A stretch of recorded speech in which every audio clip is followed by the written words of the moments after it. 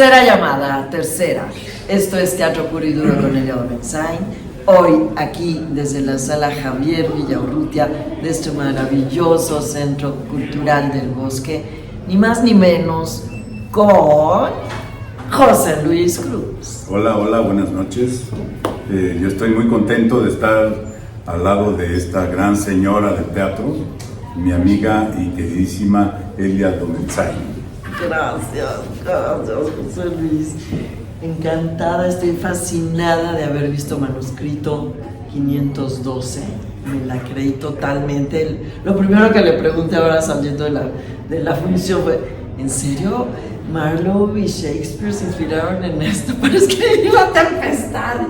¡Qué maravilla! ¿Cuándo la escribiste? Mira, esta obra fue creada, empecé a trabajar en la pandemia, cuando teníamos ese encierro, porque estaba yo ensayando una obra que dejamos por ahí pendiente porque estábamos ensayando y nos cayó la pandemia.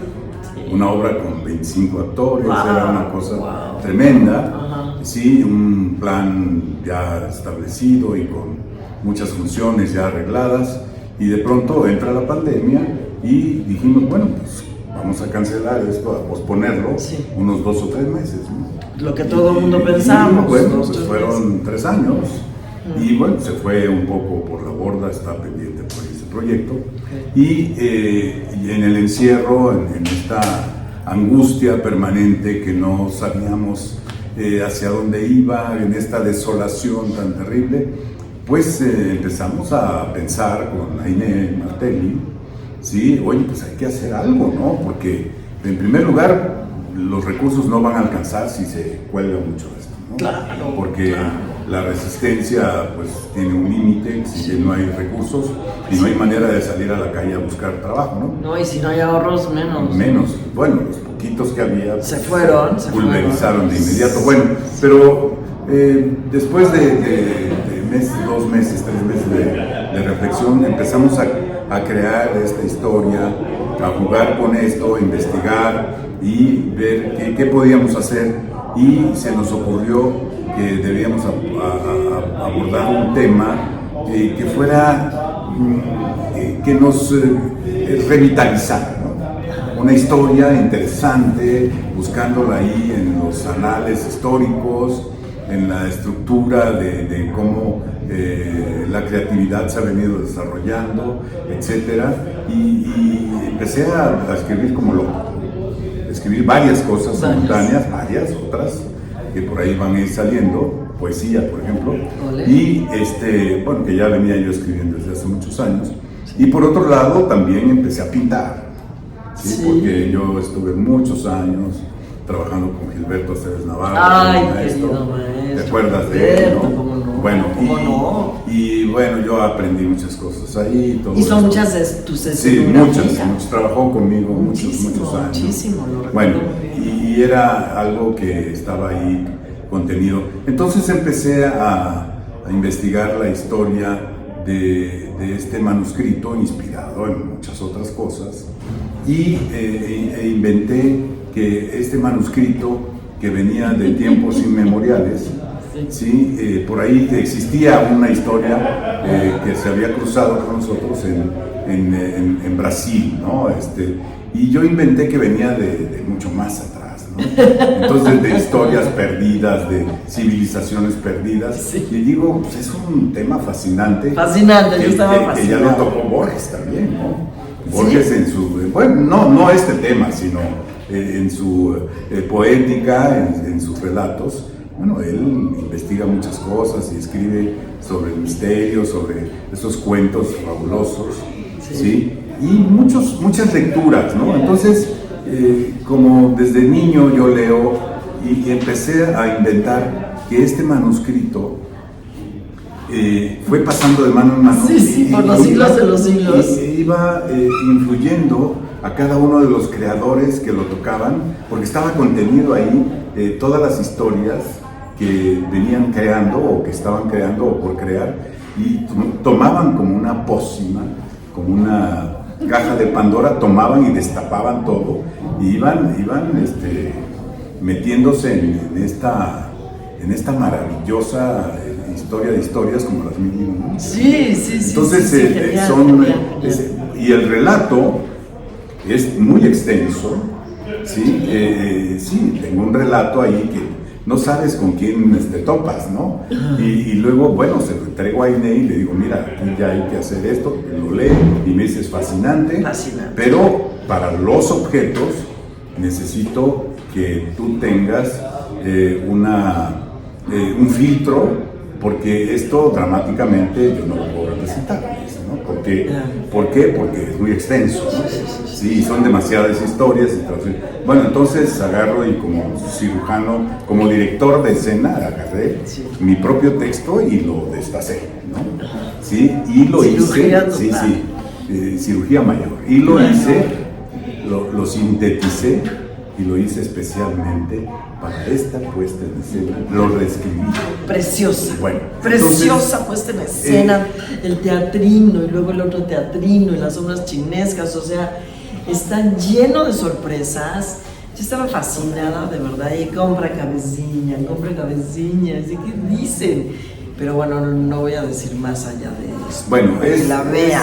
Son historias contenidas en cada una de estas civilizaciones que vamos tocando, y sobre todo como en esta parte también de humor, como los autores se van influyendo por esta fascinante historia, ¿no? Me encantó que Shakespeare se va a unir y que llega a Cervantes, y Cervantes, que era un militar, se va a la conquista de Portugal, se encuentra ahí al gran poeta portugués, que es Camões. Y Camões, como era un aventurero, pues era igual que Cervantes. Eran marineros, ¿no? Como buen portugués. Y se cruza con otro marinero, que es un judío que viene a las Américas, pues a hacer la América, ¿no? Y llega a las costas brasileñas y ahí se transforma otra vez y va tocando a los grandes autores que ahí también mencionamos, Euclides da Cunha, a todos esos grandes narradores brasileños, que es uno de ellos, Euclides da Cunha, por ejemplo, es el que inventa la novela en América Latina, ¿no? Sí, es el padre junto con Lizardi, digamos, ¿no? Y bueno, ya no podíamos contar más historias, pero eso es lo fascinante, hasta que un arqueólogo, ¿sí? Ya el típico arqueólogo toma la historia y dice, bueno, esto tiene un fundamento histórico y tal, y dice, hay que viajar a buscar el Dorado. El Dorado, ¿sí? Famosísimo Dorado. Internarse a la selva, gran selva amazónica, y descubren ahí un puerto fascinante.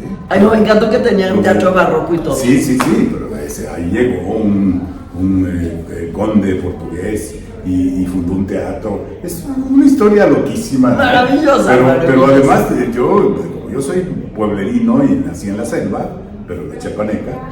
Bueno, conozco todos los ríos y todo. Yo viajé por los ríos de muchachos. Con razón nos puedes dar la sensación con la iluminación es tuya. Sí. Evidentemente. Y el humo y esto, y luego los verdes de la jungla. Te transportaba. Hay unas imágenes inolvidables, ¿no? De las nubes y los ríos. Sí, son metáforas que tienen que ver con mis viajes en muchos contextos, entre otros a Brasil, Centroamérica. Yo soy casi centroamericano, o soy porque soy chiapaneco. Claro, Chiapas pidió ser parte de eso. Sí, y en todo ese cúmulo de viajes de niño, de todo esto que nos va tocando la historia, sí, con los animales, con esto, con otro, hasta llegar a esa fascinante historia de cómo una comunidad transforma las cabezas en cabecitas de una manera ritual. Los jíbaros. Sí. Y en otras varias localidades, sí. No, pero allí había una reflexión sobre todo esto, más amplia, y de todas estas productos de la selva y la gran cocina de la selva. Pero ya la quitamos y todo eso porque era demasiado extenso, pero por ahí va a haber una segunda. Sí, por favor, yo quiero saber qué comían qué pasó con el tipo, ¿no? Pirañas, bueno, este tipo y descubrió eso y casualmente se encuentra en esta situación cuando recibe una carta de un tío suyo que vive en el norte, en una ciudad de hierro del norte, que cuenta la leyenda, ¿no? Lo cuenta. Sí, sí, Y dice, bueno, le voy a decidir hacerle un intercambio, un regalo a mi tío, mandándole una cabecita, y el tío está feliz porque está en quiebra y dice, oye, aquí yo veo un producto de primera necesidad, y empieza, empieza a comercializar las cabecitas y pide más y más hasta que, bueno, pues el producto de consumo destruye mucho. Todo. Sí, pero poblaciones enteras. Y es una metáfora, incluso, claro. La que las cabecitas empiezan a ponerse de moda y empiezan a descabezar a comunidades enteras, exterminios totales, exterminios y todo esto, y no paran solamente ahí, sino que tiene que haber daños colaterales y hacen una empresa de devastación de la selva, el petróleo, el oro, todo. Lo que hemos hecho con este planeta. Entonces de eso se trata, es una obra ecológica, es una obra de reflexión que tiene literaria, muy literaria. Porque tenemos ahí citas importantes de fragmentos del Quijote, de Shakespeare, de Marlowe, de la parte italiana también que está contenida. Ay, me encantó que llegaban a la selva toda la compañía de ópera. Sí, la ópera, la fascinante ópera con los grandes repertorios.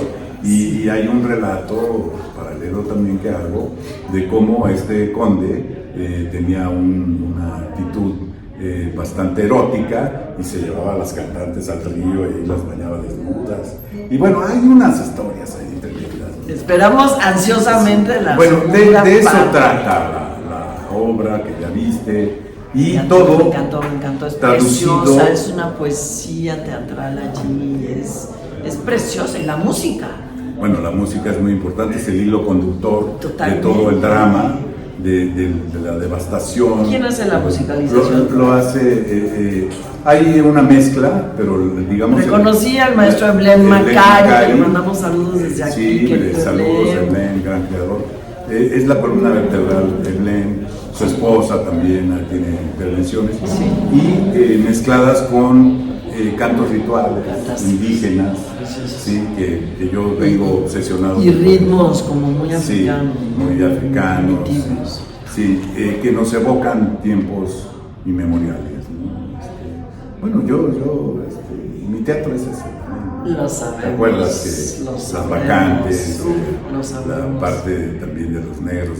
¿Cómo no? Los negros. La ritualidad en el teatro para mí es fundamental. Es que es lo que es, ¿no? Sí. Es tal cual una y además en un contexto de nuevas tecnologías y todo esto, volver a la parte más, digamos, artesanal, ¿no? Porque tú puedes ver aquí, y como juego, desde el punto de vista plástico, con una cortina de humo inexistente, porque se esfuma y va cambiando de tonos, de ambientes, colores, atmósferas, porque la magia en el teatro es fundamental. Absolutamente. Sí, es el lenguaje teatral. Sí, y las obras chinescas me encantan. Sí. Aine es una investigadora. ¿Quién es esta actriz maravillosa? Es una actriz brasileña. Que tiene una carrera impresionante con los muñecos, con los objetos, con toda esta mecánica, recursos que son centenarios, milenarios. Sí, fantástica. Y hemos hecho, por aquí anda, ven, vamos a la entrevista.